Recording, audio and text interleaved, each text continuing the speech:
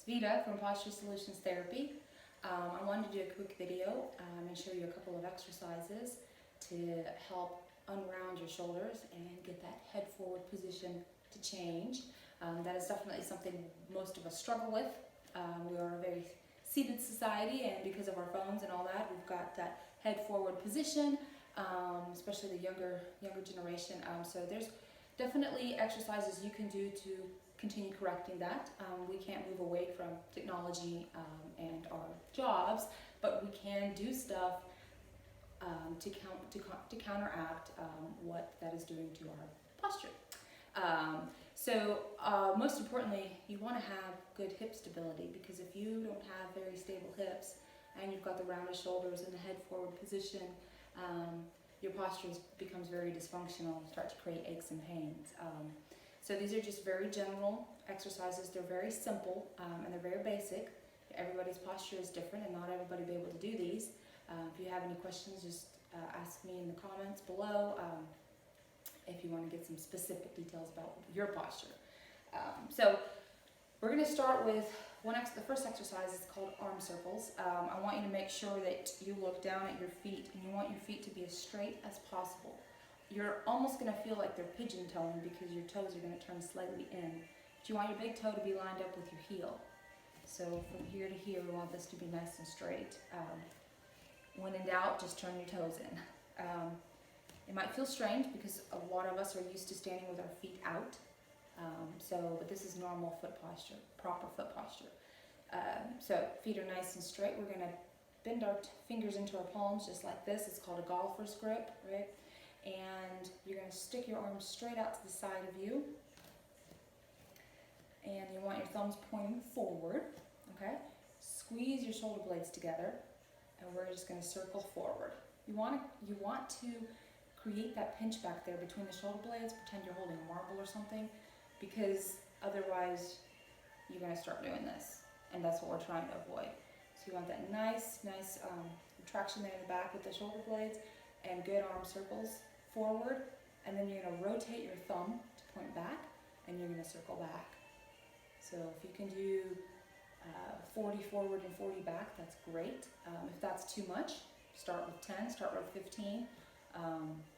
Less is more in this case, because if you're going to do 40 and do them incorrectly, then you're not going to get the benefit. So if you can just do 5, but do them the way you're supposed to, you're going to get benefit. And then every day you can add to that. The next one is called elbow curls. We're going to use the wall for this. We're going to use the wall for the next 2 exercises. The wall is a very good guiding map to help you see where your body posture is supposed to be at. So one of the biggest troubles people have is being able to get their heels, their glute, their butt, their shoulders, and their head on the wall. Because a lot of times they're going to feel like they want to fall forward, or they have too much of an arch in the back, or their shoulders don't want, or their head doesn't want to come back, or their shoulders. So that kind of helps you see a little bit further into how your standing posture is. So you go ahead and try it. If you can, you want to have everything up against the wall.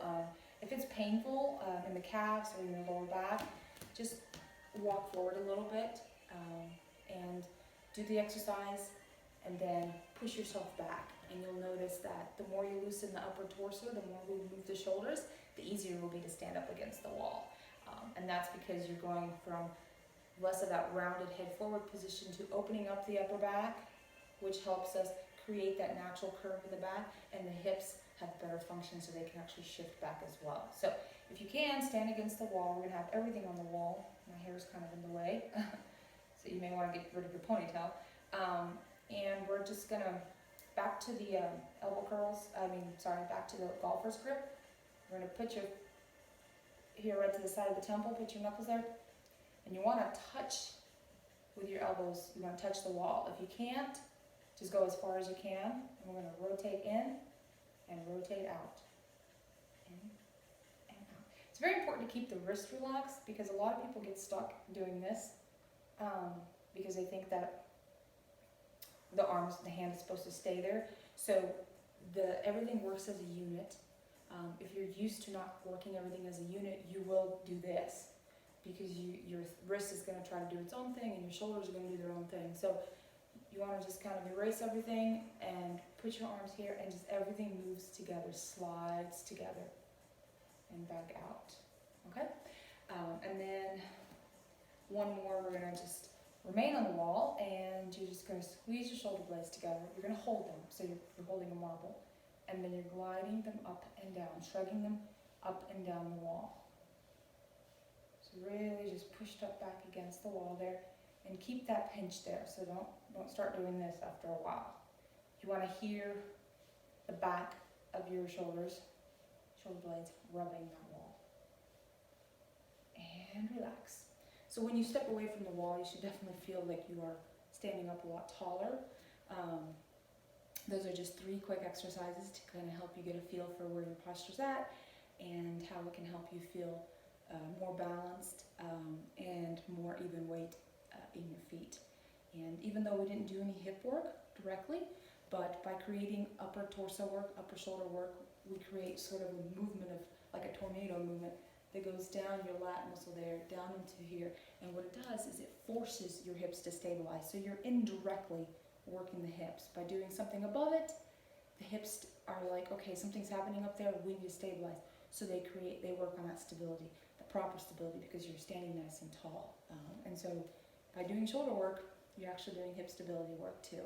So the body works as a unit, and so every exercise that we do, we want to focus on making sure that whatever one part of the body is doing, the other part and the rest of the parts are actually stabilizing and doing something as well. All right, if you have any questions, just let me know.